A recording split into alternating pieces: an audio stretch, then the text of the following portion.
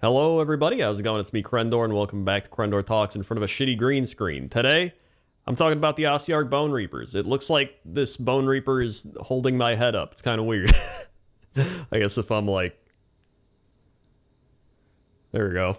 That'd be a good thumbnail. Either way, they got a new Battletome, right? And I've actually been very excited for this Battletome. I built the Ossiarch Bonereapers way back when they first came out years ago. I was so pumped, and then they just kind of got nothing. And so, thanks to Games Workshop for sending me the Battletome early, I've been able to kind of test it out, play around with some lists, play a few games, and it's actually been really interesting. They're a lot more fun to play now than they were, I think, prior. And there's some good things and bad things with it. So I kind of wanted to just talk about it. You know, for Gloomspite Gits and Beast of Chaos, I did like an entire Microsoft Paint PowerPoint presentation, but I didn't really want to do that and like analyze everything for the Bonereapers because I don't really, you know, they're kind of like one of my casual armies. I don't really play them too much. They're not like, you know, Skaven and Seraphon and Gits and all the and Beasts. Those are like my main ones. And so I'll do that for Seraphon, but for this one, I just kind of wanted to give my opinion on it. So first things first, Catakros has been super buffed. Like very buffed. He's probably one of my favorite units in the new thing. Just the fact that he can give everything within 24 inches a +1 to save, +1 to hit bubble is like insane. It's easily one of my favorite things in the new book. Just being able to pop that and being like, there you go. Everything's +1 to hit, +1 to save. And you're like, all right. There we go. It's really strong. So he, and plus his War Scroll has been very simplified. Not in a bad way, as in like I don't have to look at this and be like, which one of my, you know, like little guys is alive, which is dead, which one of these things is whatever, right? It's just, these are my attacks, these are my things, this is what happens, you're good. Like, it's so much better than the old War Scroll. Like, above and beyond better. So that's one of my favorite things from the new book. A couple of my other favorite units are the Immortis Guard and the Stalkers. Those are probably the other two big glow-ups. The Immortis Guard, I've seen them kind of, at first, people online were bashing them a lot, but I think they're easily one of the best units. I mean, they're 200 points. They're on a 3-up save to start, so if you're popping Catakros' thing, they're literally just a 2-up save. So unless you're going up against something with big rend, you know, you could easily just give them Mystic Shield as well, and you're still probably going to be on a 2-up save, or even just a 3-up save, and then you have the ward on top of it. So they're very tanky. You can bring them back on 3-ups, and they can fight twice. So the problem with the fight twice is that you can't actually give them like all-out attack. You can't give them bonus rend. You just have to be like, they're fighting twice. But they have enough attacks and a decent enough attack profile that they're still going to hit pretty hard. And then they can also soak damage for Catakros or whoever. So I think they're actually a really solid unit. Stalkers are also extremely solid because 20 more points. I believe they're on a 4-up save instead of a 3-up, but you can get them to a 3-up or maybe they're on a 3-up too, whatever. It's just they're one higher than the guard, and you can choose, like, do you want +1 save, rend, damage, or wound, I believe is the 4.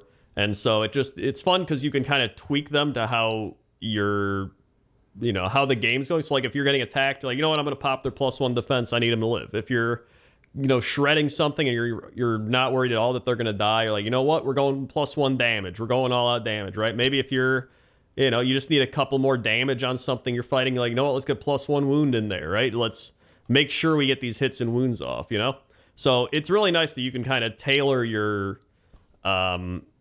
strategy to the stalker profiles, and it's very open-ended in terms of what you can do. Well, open-ended in terms of like 4 different things, but that's pretty versatile, right? So those are pretty good. I think another one of my favorite units is Archon. Archon is 370 points. He is a lot tankier. He's gained wounds. He's gained, I believe, one point in save. And he still is Archon. He's one of your only monsters next to the Harvester. He's casting 3 spells. He's still getting plus to cast. He's still got Curse of Years, which is fun. And he knows all of the Ossiarch Bonereaper spell lore, which is a pretty good spell lore. You get your Nadirite weapons hit on 5s instead of 6s, which, by the way, now Nadirite weapons are all melee weapons, which is insane. They used to just be only Nadirite weapons. Now, I guess all their weapons are Nadirite weapons, which is fantastic. So everything's hitting on 6s, exploding. So you can do the spell to get it to 5s exploding, which is also insane, especially if you're hitting with Stalkers and Guard, right? Especially Stalkers, 5s to hit twice, and 5s and 6s technically, and then your +1 damage, like, woo, or even Catakros. So that's a strong spell. There's a spell to be able to not allow things to be summoned within 12 inches of you. So if people try to deep strike you, they gotta be 12 inches away. That's a pretty strong spell. There's a -1 to hit, -1 to save to a unit. That's a pretty strong spell. Like they've got pretty good spells. There's a couple other ones I can't think of off the top of my head. 4+ mortal wound negation and something else. I don't know. I've read these books so much at this point. And so I really like the Ossiarch Bonereaper spells and Archon in the list. So he's another one of my favorite units. As for like units that I'm kind of iffy on, I think the catapult it's a gamble. Because the catapult's 200 points, and it can give last strike, right? And you can be like, oh, I'm going to hit multiple units and get multiple last strike. Well, I've played 2 games with the catapult, and I have last striked one thing out of, I think, 6 different opportunities. And it was like a useless fight. So you can also get it on a 3-up if you shoot into one thing specifically, so if you really need it. It's not bad, but it's like, I thought it was going to be better. It could be better, and I'm just rolling terribly, which is very easily a possibility, but that's, I still like running it because I love just catapult weapons. I think they're fun, and you don't really have a lot of shooting in this army, so that's some shooting. In fact, it's like really one of the only shooting things you got, which is why they need archers, please, Games Workshop. But it's all right. It's either going to pay off big or you're going to be like, man, why did I waste 200 points bringing this thing? Because it also can unleash hell if it gets charged, because it's a 6-inch range. So it's hit or miss. Mortec Guard, I think they're worse than they used to be, but I think they're still okay. Death Riders, I think, are okay, depending. Like, getting mortal wounds on the charge is pretty nice, but for 170, you're getting like 15 wounds. I actually like them in the crematorian or whatever list to like run a pack of them for some movement, and then they just explode and maybe do some mortal wounds, and you could bring, a horse or 2 back. But you're probably just running a bunch of Mortec that you keep bringing back, so it's just like, they died, mortal wound, come back to life. They died, mortal wound, right? You're probably doing that on top of your high wound models exploding. I think Crematorian is probably one of my favorite sub-factions they've added in. So for sub-factions, I think Petrifex Elite is -1 damage to Hekatos things, which is pretty good, but I think if I don't know how they're going to do it, but like FAQ it with the actual Ossiarch, or what do you call it, Mortec Guard, because they have a Hekatos in the unit, right? But I guess the Hekatos keyword is what's getting the -1 damage. They need to be like more clear about it, because technically, if you're like, oh, I have a Hekatos in my Mortec Guard, right? You could be like, oh, your attack targeted the Hekatos, it's -1 damage. So like, as long as you have that Hekatos in your army, could that then allow you to get that -1 damage from them? I don't know. It's confusing. They should clarify it. That's all I want, is just some clarification, right? But it can be good, because I believe Stalkers are Hekatos, so getting -1 damage to Stalkers and Guard is pretty nice, especially if you're going to be running a lot of them, because they're very good. And they can be battleline in certain things. I believe the other one that I thought about running was being able to charge I can't remember which one it is, but you can charge a unit if something's charged. Like if an enemy charges your Catakros and there's something nearby, that unit can then attempt to charge to help out Catakros, essentially, right? And I never got to do it. And so I was like, I should just ran Crematorium, which I think it's fun. I think being able to just have your Bonereapers just explode and do mortal wounds equal to the wound. Like, you know, if you have 5 wounds, you roll 5 dice when you die, and then 5 ups are mortal wounds. I think it's fun. When I did it, I didn't do a lot of mortal wounds. I think I did about the average amount. But, you know, if you spike that and you're just, like, blowing up stuff, it's great. So I really like that. That's probably the one I run the most.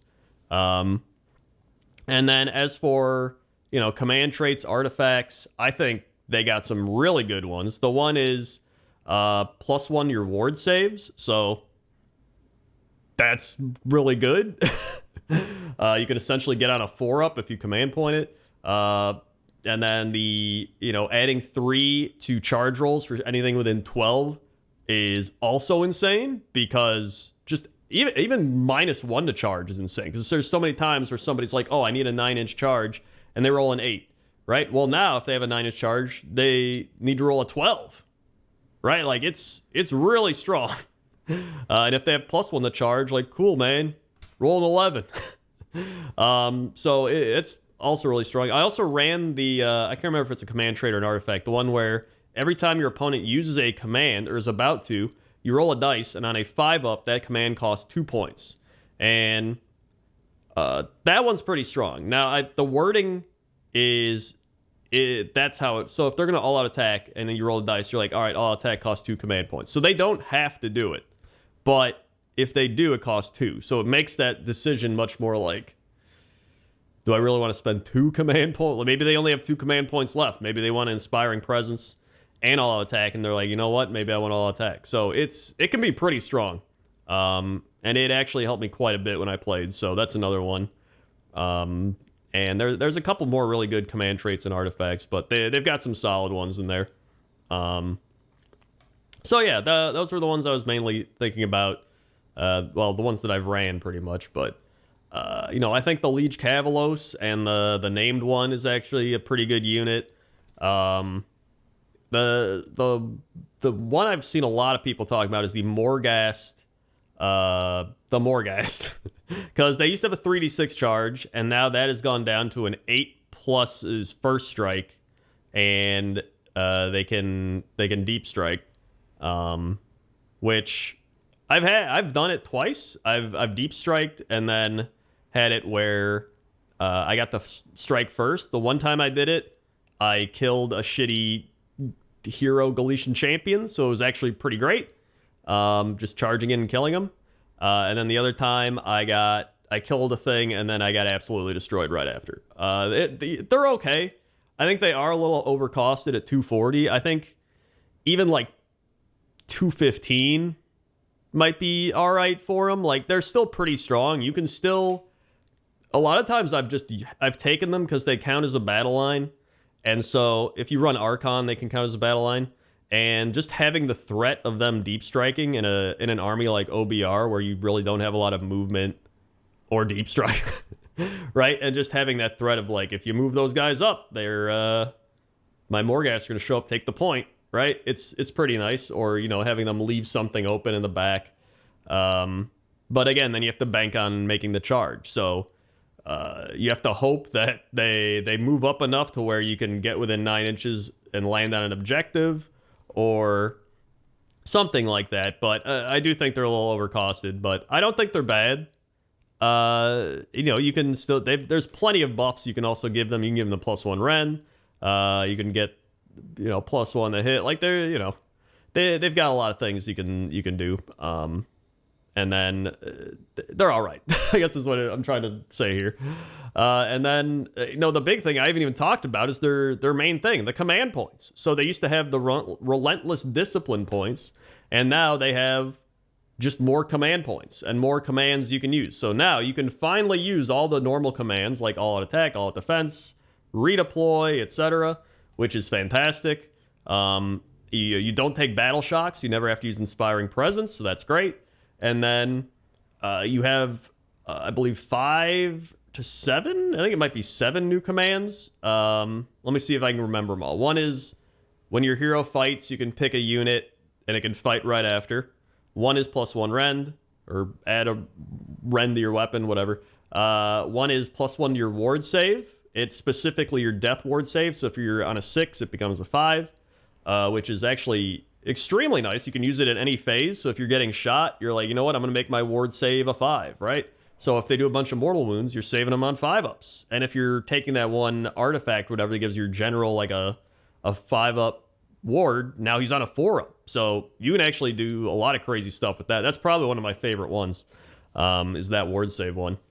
Well, unless you play people that shut off ward saves, then it's unfortunate. But, you know, it's few and far between. Then we have, you can retreat and charge. We have +3 to your movement, which is the old one they used to have. And then there's heal D3 or restore D3. And there's one more that I'm forgetting. What is it? Combat phase? Charge phase? Oh, it's if you get charged. There's some like loop. There's a loop you gotta jump through. But essentially, if you get charged, you can get +1 to wound for the unit that got charged. So they're kind of like counter-charging in a way, right? Like, oh, you charge me, I get +1 to wound. Which is pretty good, right? Especially in an army where you're probably +1 to hit from Catakros, and now you're +1 to wound. So it's really nice, honestly. I love the amount of commands that they get. It's very fun playing this army that's very command-centric, right? It's a very, like, Roman Legion-esque army type thing, and I really enjoy that. I think it's fun. It's a nice mix-up from all the other armies, I think. And then on top of that, it's a lot of like thinking about where you want to spend your command points. Where you're like, okay, I'm gonna pop Catakros' thing, but he can't use the +1 save +1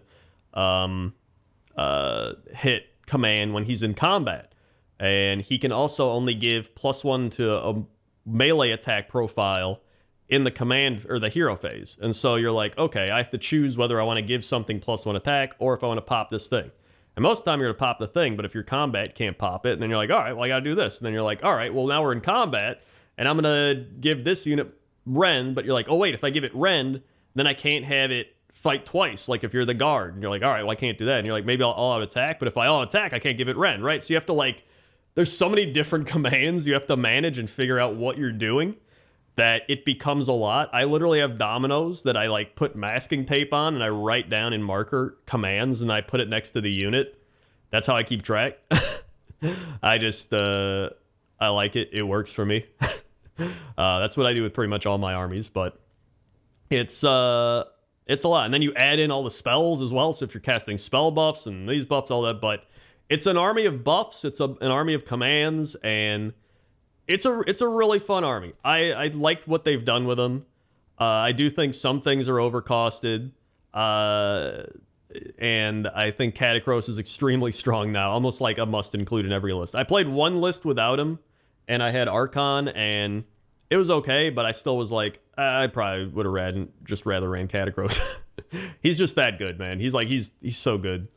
So that's kind of my opinion on the book so far. Is I've enjoyed playing it. I do think some things are overcosted, but again, that's just, you know, something you can tweak. You can always lower points, but you can't, you know, it's much harder to actually change the war scrolls and change the artifacts and the command traits. And so far, everything I've seen is pretty solid. So I'm happy about that. And the Harvester, of course, I didn't talk about the Harvester. You know, his melee profile is now much more streamlined. It's not like blades or clubs. It's just he hits how he hits. He doesn't bracket anymore, which is fantastic. And yeah, I mean, again, I really think this army's pretty fun. The endless spells are actually really good. That's one thing I didn't mention, but like all 3 endless spells are really good. One of them like turns off ward saves and makes it so you can't use rally or inspiring presence. One makes it so models with 1 or 2 wounds can't contest objectives. And then the other one makes it so a unit takes like D3 mortal wounds, and then it takes like another unit takes D6 at the end of it. Like, so they're all pretty solid. They're only like 40, 50 points. So that's another reason to probably take Archon or at least, you know, a Soul Mason or something else. But overall, I like the book. I think it's fun. And I'm glad because now I can actually play this army sometimes. And hopefully Seraphon is just as good whenever that comes out. So thanks for listening. Like, comment, subscribe. Let me know your opinions on the book. And I'll see you next time. Okay? Okay. See ya.